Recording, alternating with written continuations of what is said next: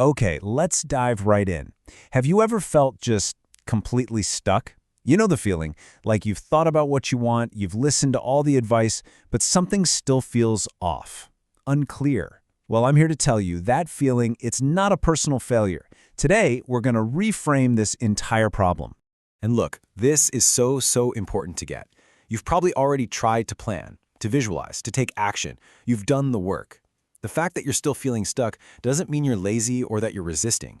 It just means you were probably told what to do before you ever understood why. Exactly. Think of it this way. That feeling of hesitation is actually your own intelligence trying to protect you. Your system is basically screaming, "Whoa, hold on, I don't have enough information yet." But way too often we misinterpret that incredibly useful signal. So let's get right to the core of it. See, the issue isn't that you lack willpower. It's that we're all trying to solve the wrong problem. We're trying to pump ourselves up and generate motivation when what we really truly need is just a little bit of orientation. We've all heard this, right? Just take action, push through it. But here's the thing about that advice. It all assumes you already have a crystal clear picture of the situation. And when that's not true, it's actually paralyzing because you're being asked to act before the confusion has even ended. And this right here is a total game changer.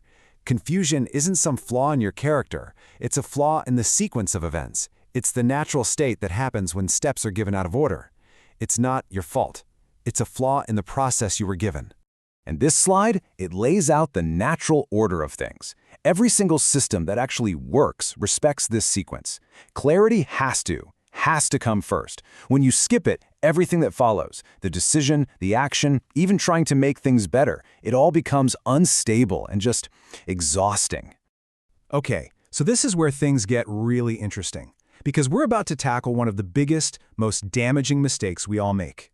We feel that hesitation that comes with confusion, and we immediately slap a label on it, fear. And that misdiagnosis creates a problem that didn't even exist a second ago.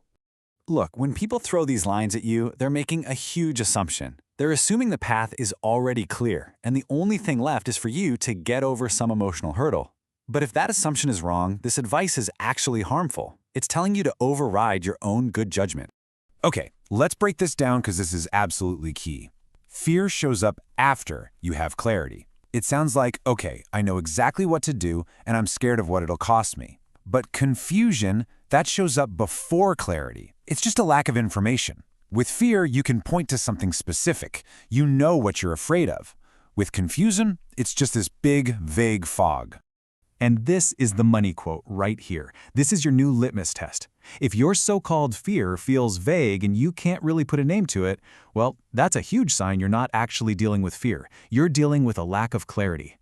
So from now on, I want you to stop asking, what am I afraid of? That just makes you feel broken. Instead, ask this.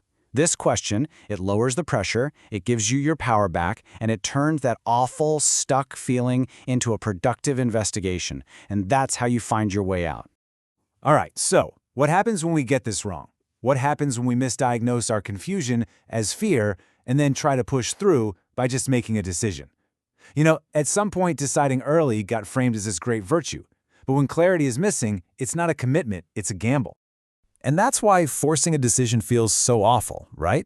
So heavy, intense. A decision is being asked to do a job it literally can't do. It's like trying to build a house on a foundation of sand. It just can't hold the weight because the clarity isn't there to support it. And when we make a decision too early, it almost always ends in one of these three ways. You either quietly undermine it with hesitation and second-guessing, you dig in and defend it even when it's clearly not working, or the whole thing collapses and you're left thinking, ugh, something is wrong with me. But listen, nothing was ever wrong with you. The problem was the timing. Now, this is a really subtle but super important point. There's a huge difference between avoidance and just waiting for clarity. Avoiding a decision feels numbing. It sucks the life out of you. But pausing to wait for clarity, that feels investigative. It actually gives you energy because you're actively gathering information, not just resisting. Okay, so we've torn down the old way of thinking. Now, what do we build in its place? What does this clarity thing actually look like? Let's break it down into a simple, practical guide you can actually use. Okay, this is probably the most important idea in this entire explainer.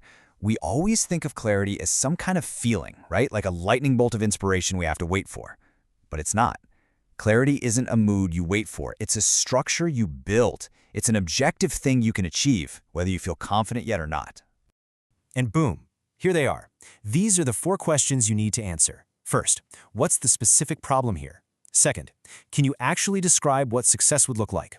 Third, what are your real options, not the infinite fantasy ones? And finally, what's your job right now? Are you supposed to be learning, deciding, or just trying something out?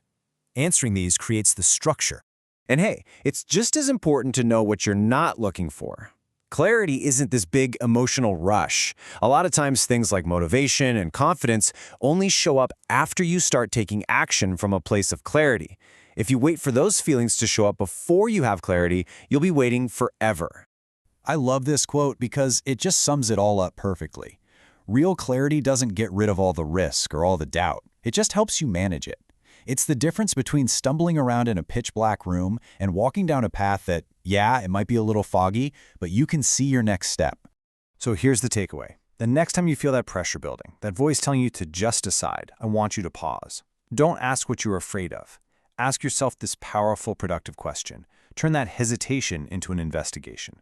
Because a decision that comes after that question, that's a decision built on rock. Anything else is just a house of cards.